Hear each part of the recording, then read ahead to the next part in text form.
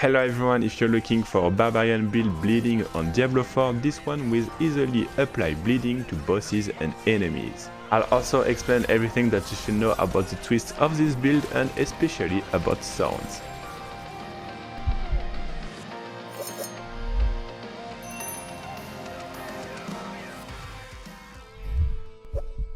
For the skills, you want Flay in order to generate fury and bleeding, and you'll have two choices for your second skill. Either you go for Whirlwind in order to have a better AoE but less bleeding damage, or you go for Run. This one will have plenty of bleeding damage but a bit less of AoE damage. Then you have one utility spell. You can go for Rallying Cry, War Cry, or even the Iron Skin to get some defense. Except if you want to play bleeding and thorn, you'll need to get the taunt shot. I'll explain in the second part in the passive. You'll see why it's mandatory to have this one if you want to play thorns. Then you have Rupture, which will remove bleeding from enemies but directly apply its damage on them. The Maelstrom for its damage but will also apply bleedings, and Leap for the mobility. You want Strength to boost your skills and Dexterity to have later chance to crit, and Physical damage. I remind you that bleeding is a physical damage over time, that means that it will be boosted by physical damage. Of course you want synergy with bleedings, thorns if you play it, and some resistances as you'll be in melee.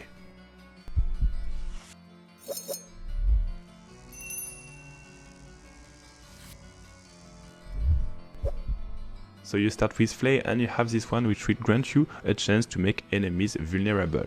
Make sure to have a two-handed weapon when you use this one. Then after you hit enemies with Flay, they'll take increased damage from bleeding. Then you have the choice between two spells, so Whirlwind with the bleeding just here, and Rend with extend vulnerable and increase damage to vulnerable enemies. For your utility spell you have the choice between Rallying Cry, War Cry, or if you want also the Iron Skin. Except if you're playing Thorn, you'll need to pick this one, because you have this passive just here. It will grant you 50% of Thorns based on your maximum life, so this one is very important to have. The idea behind playing Thorn is this one because they'll take bleeding damage when you are hit, so it will be a great combo, especially since you are in melee. Then you have the Leap for the mobility with Fury and Hit and Rupture. First you have an AoE here, and you can either choose this one to heal you or this one to grant you attack speed.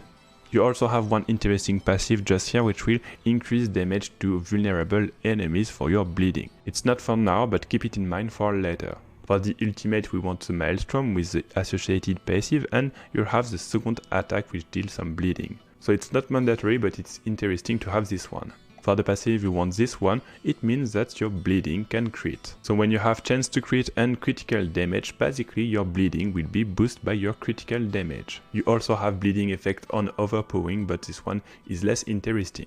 For the passive left you have this one to apply vulnerable, and here to grant you more fury. You also have interesting one to get some resistances, and of course if you play Thorn you'll need to put this one.